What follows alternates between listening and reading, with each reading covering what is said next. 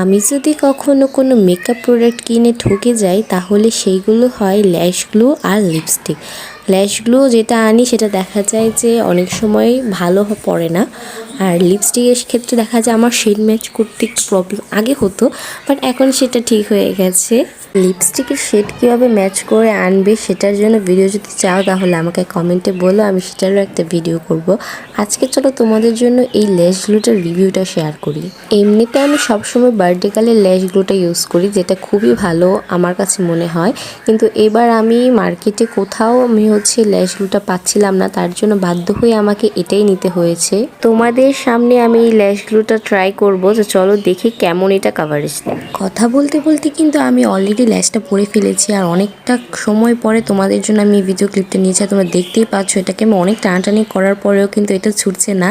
তো এই ল্যাশ গ্লুটা কিন্তু আমার কাছে বেশ ভালো লেগেছে, আর প্রাইস ছিল